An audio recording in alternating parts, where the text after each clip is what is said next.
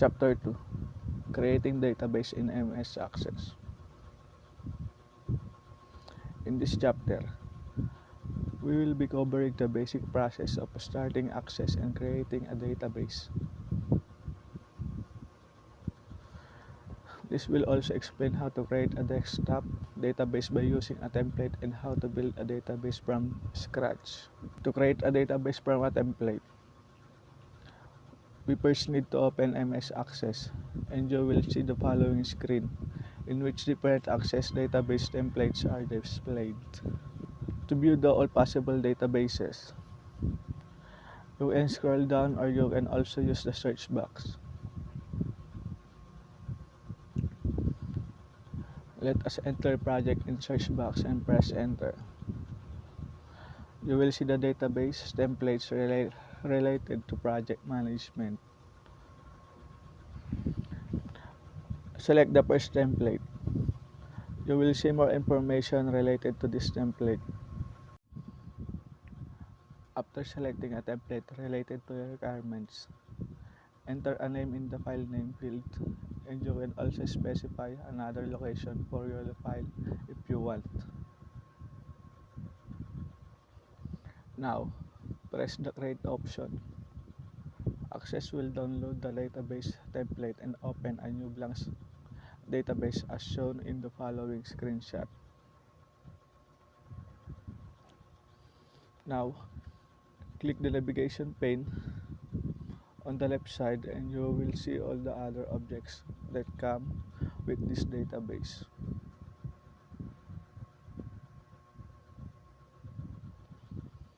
Click the project's navigation and select the object type in the menu. You will see all the objects types. Create blank database. Sometimes, database requirements can be so specific that using and modifying the existing templates requires more work than just creating a database from scratch. In such case, we make use of blank database. Step 1. Let us now start by opening MS Access. Step 2. Select blank desktop database. Enter the name and click the create button. Step 3. Access will create a new blank database and will open up the table which is also completely blank. Lesson 2. Data types. Every field in a table has properties, and these properties define the field's characteristics and behavior. The most property for a field is its data type. A field's data type determines what kind of data it can store. MS Access supports different types of data, each with a specific purpose. The data type determines the kind of the values that users can store in any given field. Each field can store data consisting of only a single data type. Here are some of the most common data types and you will find used in a typical Microsoft Access database. Type of data: short text, long text, number, date and time, currency, auto number. Yes, no. If you use previous versions of Access, you will notice a difference for two of those data types. In Access 2013, we now have two data types, short text and long text. In previous versions of Access, these data types were called text and memo. The text field is referred to as short text and your memo field is now called long text. Here are some of the other more specialized data types you can choose from in Access. Data types: attachment, all objects, hyperlink, Lookup wizard. Calculated. Lesson 3. Creating tables and adding data. When you create a database, you store your data in tables. Because other database objects depend so heavily on tables, you should always start your design of database by creating all of its tables and then creating any other object. Before you create tables, carefully consider your requirements and determine all the tables that you need. Let us try and create the first table that will store the basic contact information concerning the employees as shown in the following table. Field name, employee ID,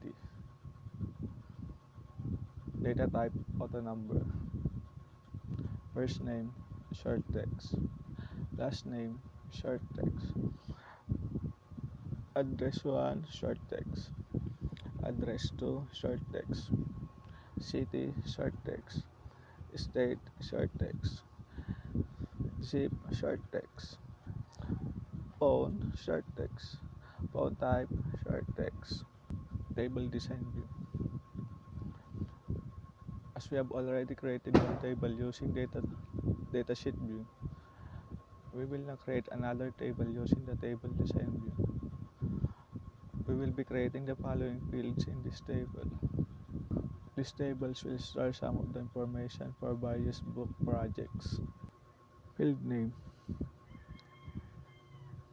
project ID, data type, auto number, project name, short text, managing editor, short text, author, short text, fee status, short text, contracts, attachment, project start, date time, project end, date time, budget, currency, project notes, long text. Adding data. An Access database is not a file in the same sense as a Microsoft Office Word document or a Microsoft Office PowerPoint are. Instead, an Access database is a collection of objects like tables, forms, reports, queries, etc. that must work together for a database to function properly.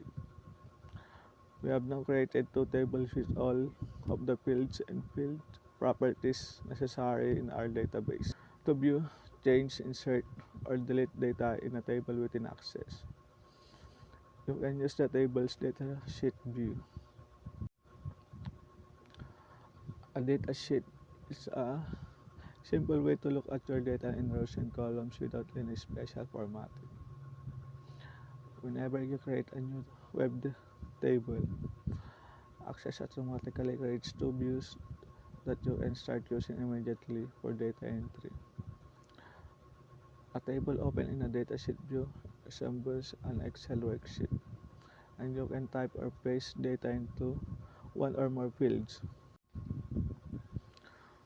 You do not need to explicitly save your data. Access commits your changes to the table when you move the cursor to a new field in the same row, or when you move the cursor to another row. By default, the fields in an Access database are set to accept a specific type of data, such as text or numbers. You must enter the type of data that the field is set to accept. If you don't, Access displays an error message.